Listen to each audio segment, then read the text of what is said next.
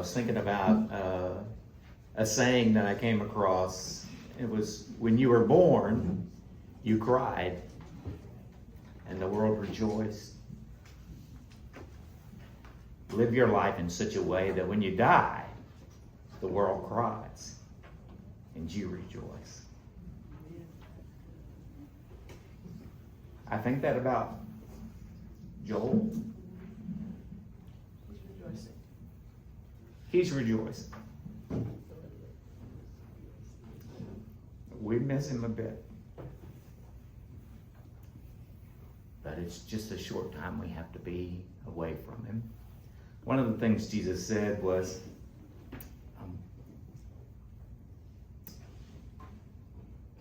you will see me, but in a little while you won't see me. But then again in a little while, you will see me again. And that's a day when you can ask anything.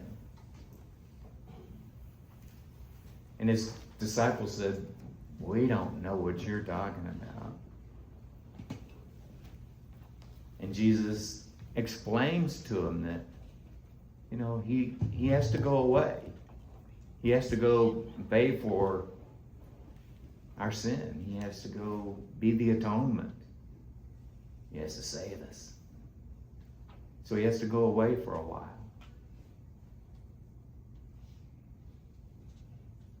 But he's coming back. He's coming back to this world, to this earth, to this place where he's walked before. Not to save us, but to take us to that place that he's prepared for us. And I think, as I was thinking about the Sunday school lesson today, I was thinking about,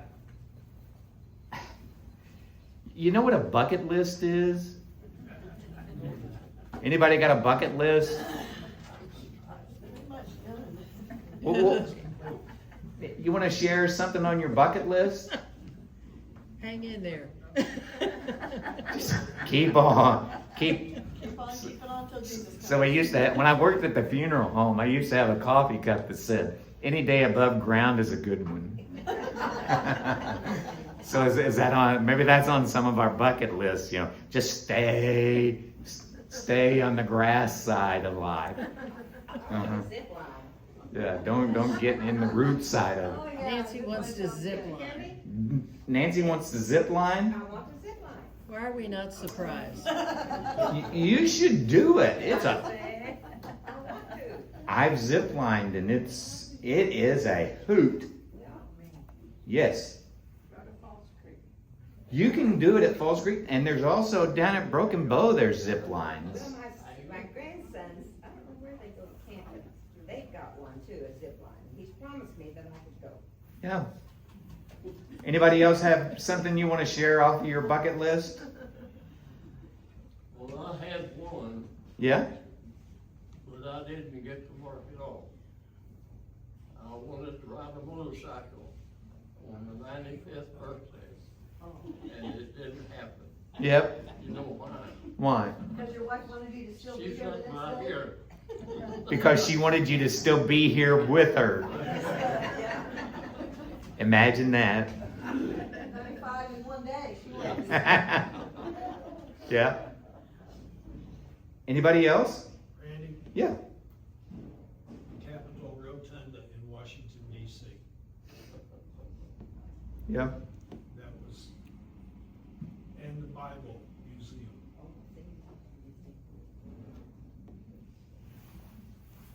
So, do you think bucket lists, are they a good idea? Sure. I mean, It's like setting goals in life.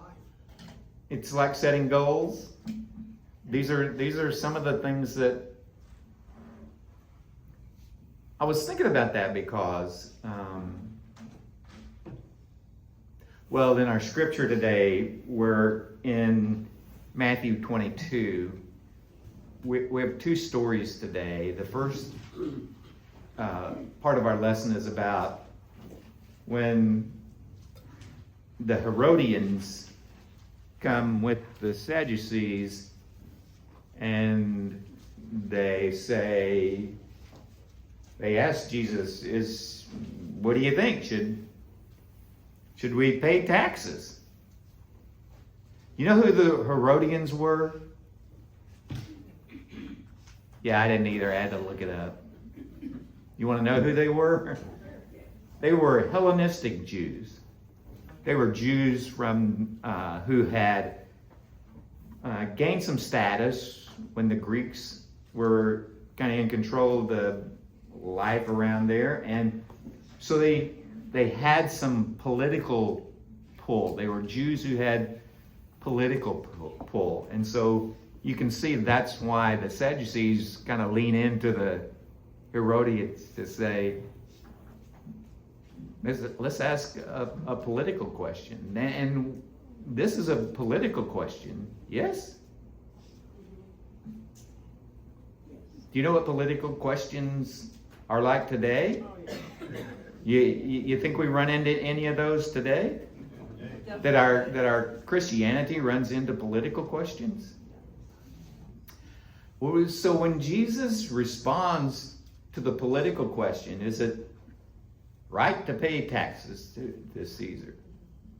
And Jesus says what? Render unto Caesar what belongs to him. Render to Caesar what belongs to Caesar. Actually, it says, and the word is return to Caesar. Return to Caesar what is his. And return to God what's his. Do you think Jesus is saying those are two different categories of life? Yeah. Well, Do they cross over? it's not a one or the other thing, is what he's saying. He's saying what? It's not a one or the other. You have to do both. You have responsibilities. So I read a guy, his name is, well, it depends on whether you're Catholic or not. If you're Catholic, he's Augustine, and if you're not Catholic, he's Augustine. So he's Augustine with me. And when I read Augustine, he wrote a book called, I started to say, The Tale of Two Cities. That's a wrong guy. That's Dickens. City of God? Yes. And he tells about where we have dual citizenship. We have citizenship in this world, and we have citizenship in the kingdom. And one trumps the other one. And your citizenship in the kingdom trumps your citizenship in the world. Why? Because the citizenship in heaven is a forever citizenship. Citizenship in heaven is forever. Also because the guy who's in charge Is there, yes. of your citizenship in heaven is infinitely more powerful than the guy who's in charge of your citizenship here. Now, one of the things that I think we have some similar kinds of questions, and I think they're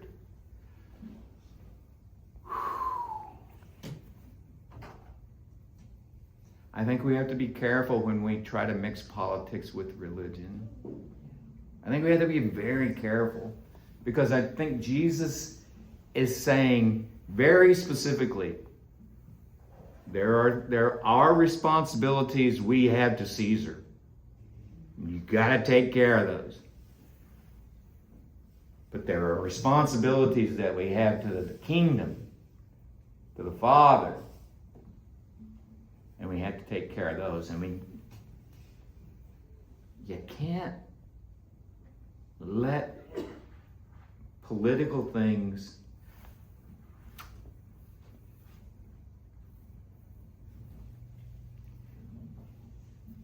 I don't like politics, okay?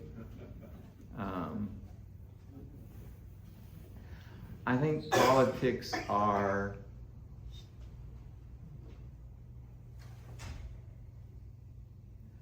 Self-serving. Self-serving, yeah. I think politics, DC. I think our politics are throughout. What I know about history is political systems have always failed. They have never been able to redeem us. They have never been able to. And I want to tell you that out of everything I know about history, if I had to pick a time and a place to live,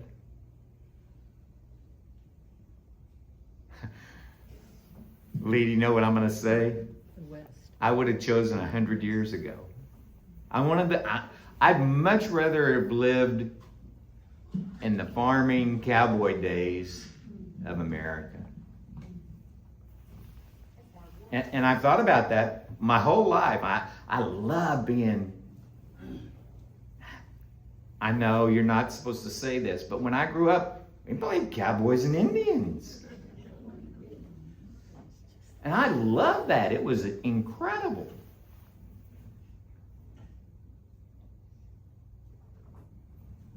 But God didn't create me in 100 years ago. He created me for today. He created me with things to do in this world today. And my job in this world today is to discover the purposes that He created me to accomplish. So, is there such a thing as a spiritual bucket list? Are there things in your spiritual life that you want to accomplish before you die? Lee, that's the one I thought was a pretty good question. Are there things that you want to accomplish, spiritual things in your life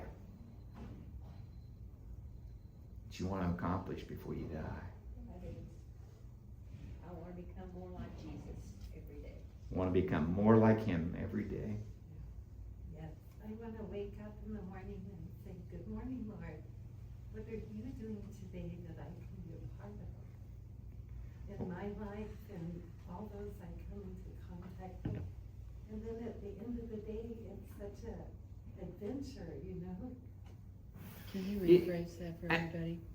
I really like your answer.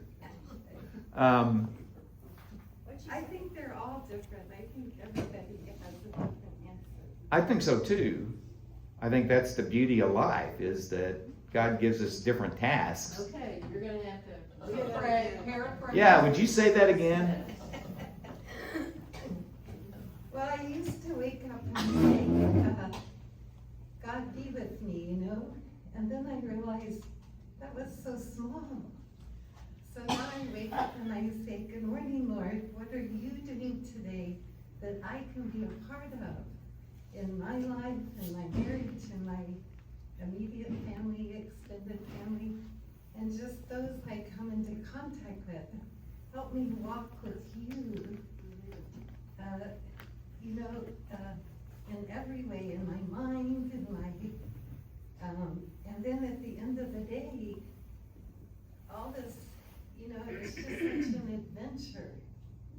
Each day is an adventure because you have an idea, but you put your idea in God's hands and you see how He unfolds it. And if something doesn't happen, you're okay, you just leave it with Him, Instead of, I used to be, and it's not that I don't write a list, but I put my list in God's hands now. Yeah. And just let Him unfold it. So, just a general question. Do you think there's any such thing as a bad day with God? No. There's not, is there? And yet, we worry about the condition of the world. We worry about politics. We worry about life. And when bad things, what you think are bad things, you know, come up, or you thought you really needed to do this, you know, then you just say, okay, God, what are you doing here, you know? Uh-huh. Because again, he has such a bigger plan than ours, you know? And I find myself saying now, when something bad happens, I find myself wondering. I find myself actually asking God, how in the world are you going to turn this to good? Yeah. How are you going to? You promise that everybody who leans into you, you will make things good. Sometimes I'm not quite sure how he's going to do that. Do you know how he does it? It's pretty simple, actually. It's in the second part of our Sunday school lesson.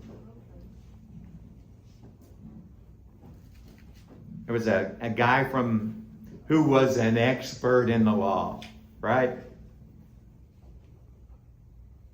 And the Sadducees got this expert in the law to come because he wanted to trap Jesus. What is the greatest commandment? He asked Jesus. He's thinking that Jesus is going to say one of the 10 commandments, right? But he doesn't. He says, love the Lord your God with all your heart, with all your soul, with all your strength, The and with all worst your one was mind. love your neighbor as yourself. They didn't want to hear that. And then he says, yes, and then he adds, and the second one is likened to it. Love your neighbor as yourself. Oh, do you see what comes after that? All the law and prophets are summed up. in these 2 commands. Do you believe that? Absolutely. Yeah. Yes. You believe the Bible? Sure. Yeah. Logically, it does too, really. So, if we boil it down to 2 things, love the Lord your God with all your heart, soul, mind, and strength. Love God with everything you got.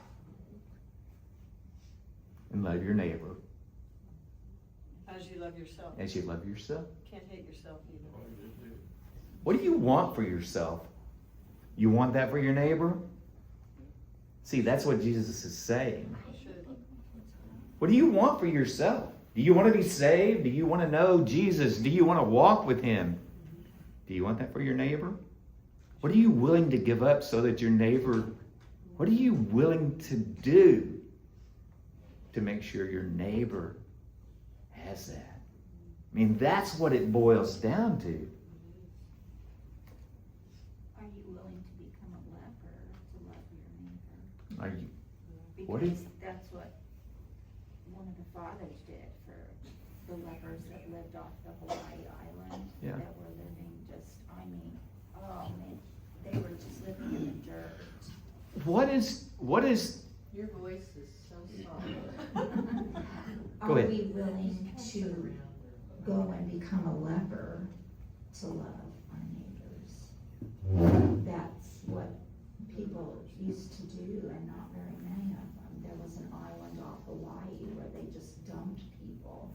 This was in the 1800s, I think. They got leprosy. You couldn't treat The mic up leprosy. here. what are you unwilling to do? What are you unwilling to do for your neighbor? Is there anything that you're not willing to do for your neighbor? Oh, don't lie to me. I think I'd find it hard to die for my neighbor like Jesus did Yeah. for me. Honestly. Or Jesus says, for a righteous man, some might perchance die. But not for your neighbor, not just for your neighbor.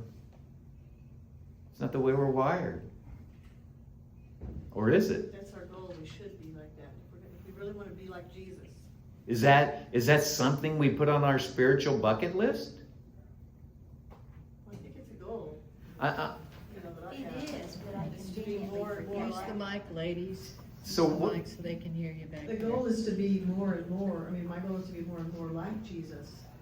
So that means that I have to have that as my goal, because Jesus died for all of us. So, your spiritual goals, your spiritual, and I want to call it your spiritual bucket list, things you want to make sure that you get done before you kick the bucket, right? That's the bucket list. Things you intend to do before you kick the bucket.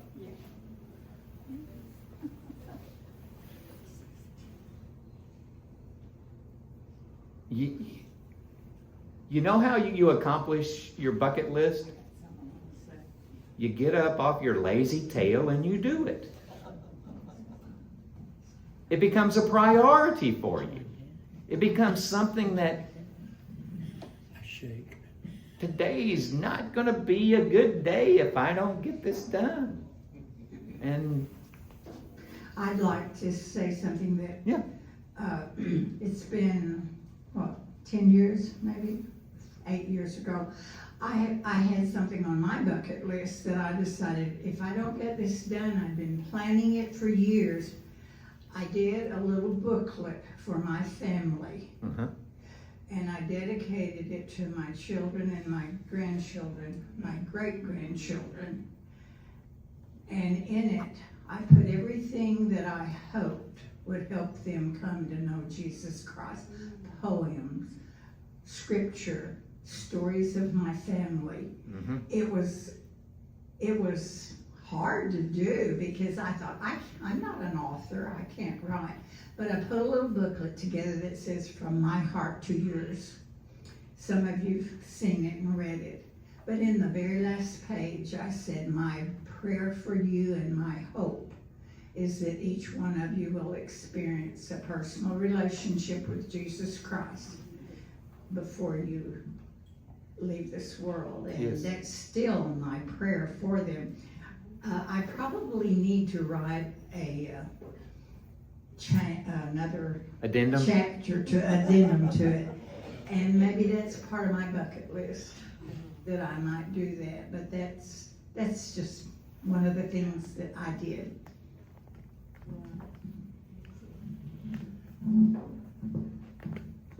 Are you good to your neighbor? Yeah. Yeah.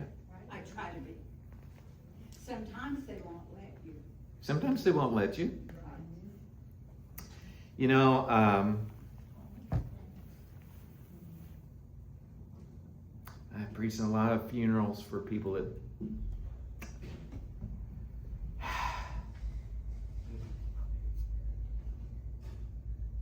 I don't think they made it.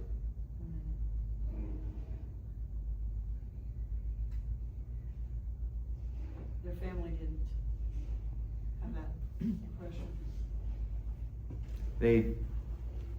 There was nothing in their life that indicated they ever gave a spare thought to God. And people would ask me, "You're a preacher. Tell me, did my dad go to heaven?" So you know, how do you answer that question? You know what my answer was? You know, I'm not the guy who makes that decision. And I'm grateful that I'm not the guy who makes that decision. That decision is made by somebody who knows how to judge righteously. And I trust him in what he does. But what is going to happen eternally for your father is already determined. And there's nothing we can do about it by, let's say he's in heaven. We can't add to the rejoicing that he's already going through. What?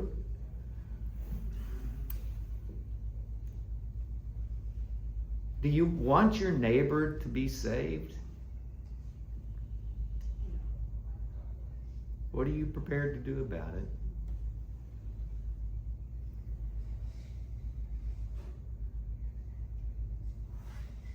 That's the simplicity of it.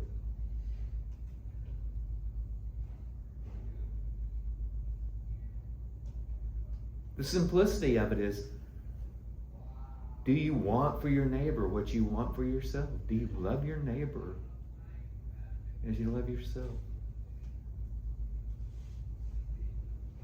I want to tell you that you can't do the second one until you do the first one.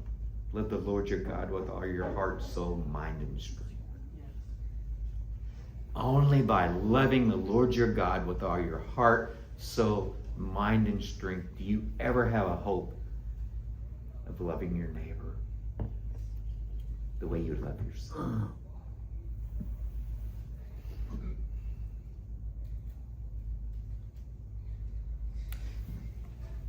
Do you? Ruth, you said, I want to try to become more like Jesus every day.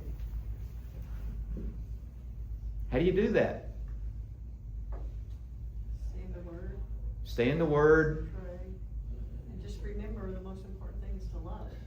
Love the unlovely. Love the Lord your God. This is how you do it. Love the Lord your God with all your heart, soul, mind, and strength. And love your neighbor as yourself. And then love your enemy comes in there too. All of the law and prophets. That's right.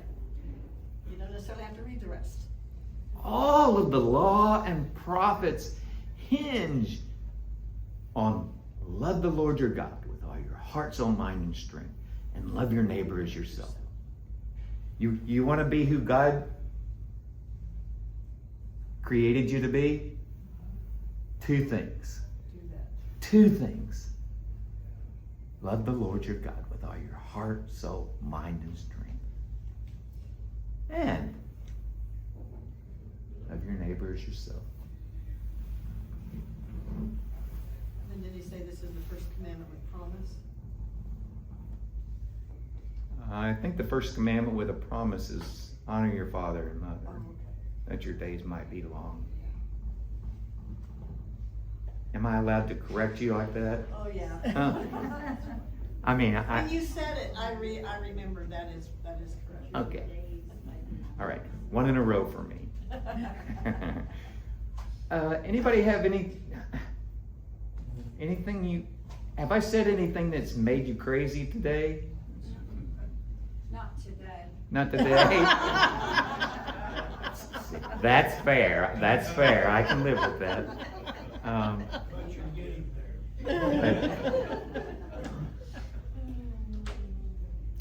You are not going to get closer to God by being more political, but you can get closer to God.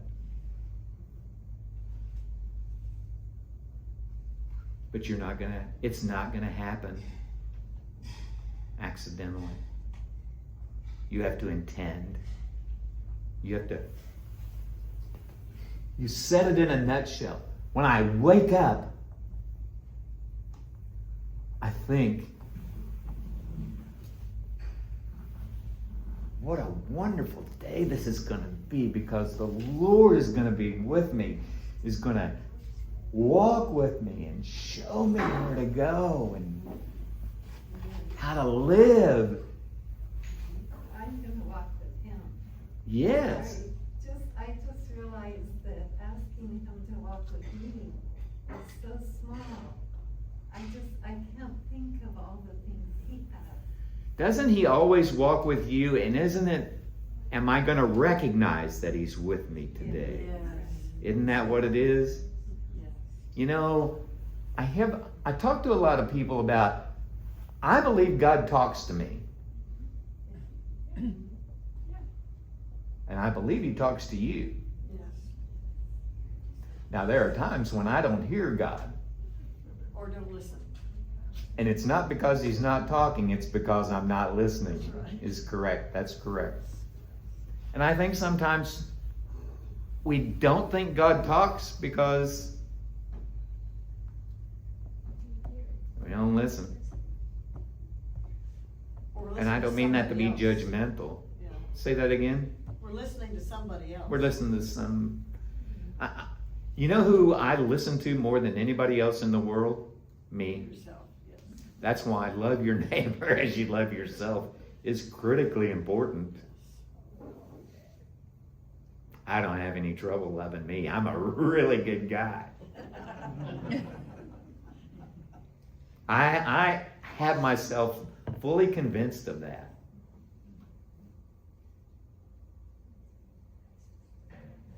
I want to love you the way I love me.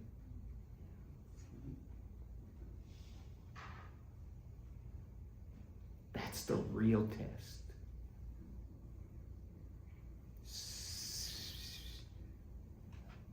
Somebody want to pray us out?